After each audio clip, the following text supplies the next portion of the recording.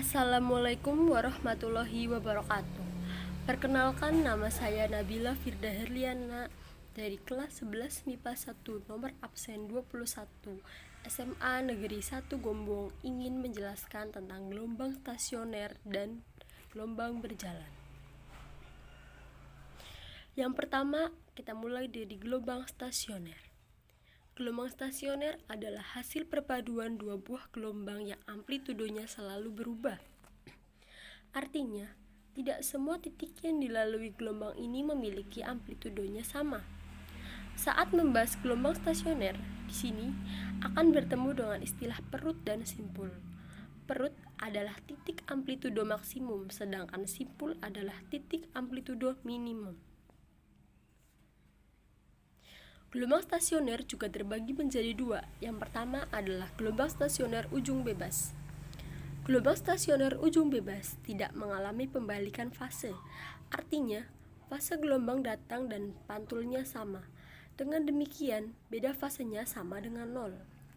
Bisa dilihat gambar gelombang stasioner ujung bebas dan rumusnya. Dengan keterangan AP sama dengan amplitudo gelombang stasioner atau M. YP sama dengan simpangan gelombang stasioner atau M. W sama dengan kecepatan sudut gelombang atau radius per sekon. T kecil sama dengan lamanya gelombang bergetar atau S. K sama dengan bilangan gelombang dan X sama dengan jarak titik sumber getar atau M. Untuk menentukan letak perut dari ujung bebas, gunakan persamaan berikut. XP sama dengan setengah lambda kali N, yang mana N adalah 0, 1, 2, 3, dan seterusnya. Dan untuk menentukan letak simpul dari ujung bebas, gunakan persamaan berikut. XP sama dengan 1/4 lambda dalam kurung 2N plus 1. N sama dengan 0, 1, 2, 3, dan seterusnya.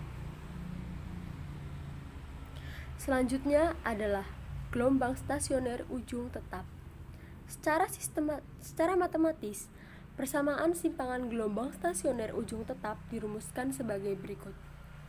Berbeda halnya dengan gelombang stasioner ujung bebas.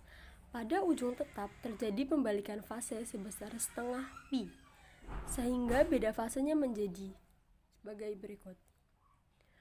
Dapat dilihat bentuk gelombang stasioner ujung tetap dengan rumus dan keterangan.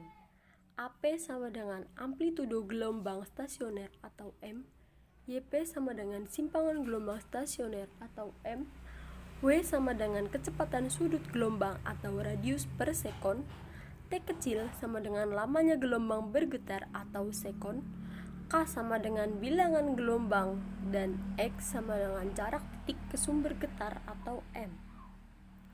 Untuk menentukan letak simpul ujung tetap, gunakan persamaan berikut. XP sama dengan setengah lambda kali N, yang mana N adalah 0, 1, 2, 3, dan seterusnya. Dan untuk menentukan letak perut dari ujung tetap, gunakan persamaan berikut. XP sama dengan 1/4 pi 1/4 lambda dalam kurung 2N plus 1. N sama dengan 0, 1, 2, 3, dan seterusnya. Kita lanjut ke contoh soal gelombang stasioner. Di sini terdapat soal.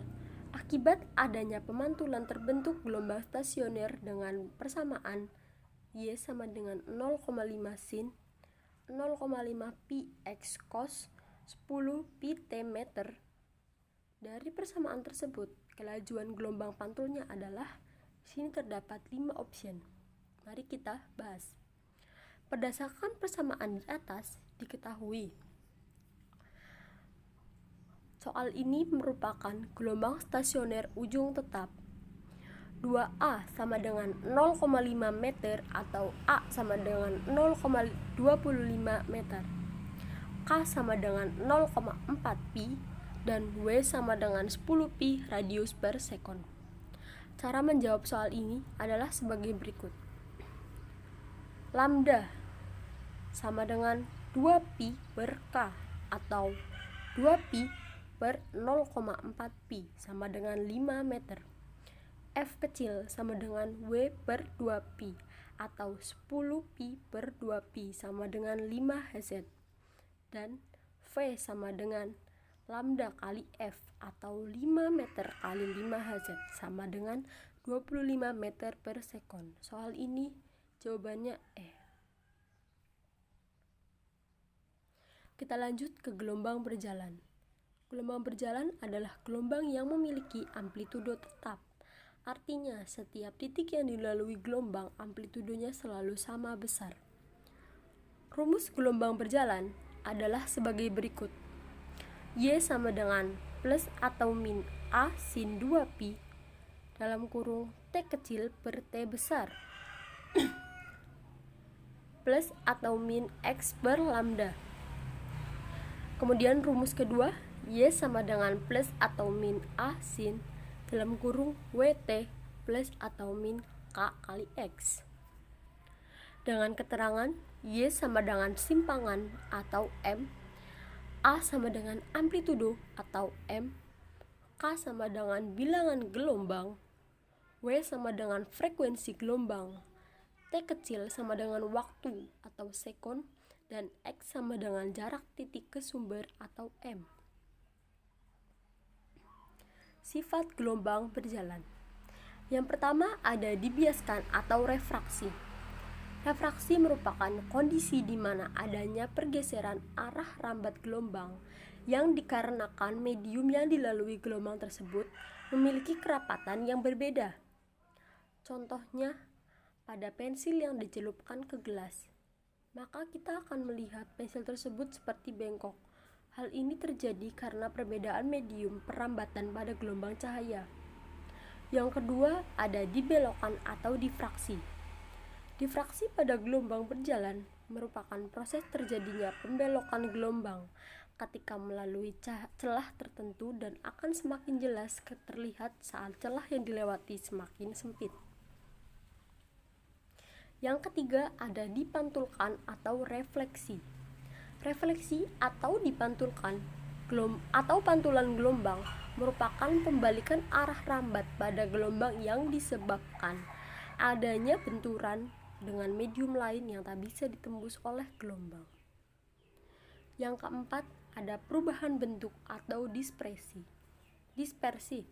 Dispersi adalah terjadinya perubahan bentuk gelombang saat gelombang melalui media tertentu. Kelima, ada digabungkan atau interferensi. Interferensi merupakan penguatan gelombang yang dihasilkan dari perpaduan gelombang yang memiliki fase yang sama. Dan yang terakhir ada polarisasi. Polarisasi adalah proses penyerapan arah gelombang saat melalui medium tertentu. Kita lanjut ke contoh soal gelombang berjalan. Di sini terdapat soal. Suatu gelombang berjalan dan mempunyai persamaan Y sama dengan 0,01 sin pi dalam kurung 4T min X. Y dan X dalam cm dan T dalam sekon. Besar simpangan di titik yang berjarak 5 cm dari titik adalah pada saat titik asal telah bergetar selama 2 sekon adalah diketahui Y sama dengan 0,01 sin pi dalam kurung 4T min X. X sama dengan 5 cm, T sama dengan 2 sekon. Penyelesaiannya, Y sama dengan 0,01 sin pi dalam kurung 4 kali 2 min 5. Y sama dengan 0,01 sin pi dalam kurung 8 min 5. Dan dapat dihasilkan Y sama dengan 0. Jadi, besar simpangan gelombang tersebut adalah 0, di mana itu menandakan gelombang berada pada titik simpul gelombang. Terima kasih telah menonton video ini. Kurang lebihnya mohon dimaafkan. Wassalamualaikum warahmatullahi wabarakatuh.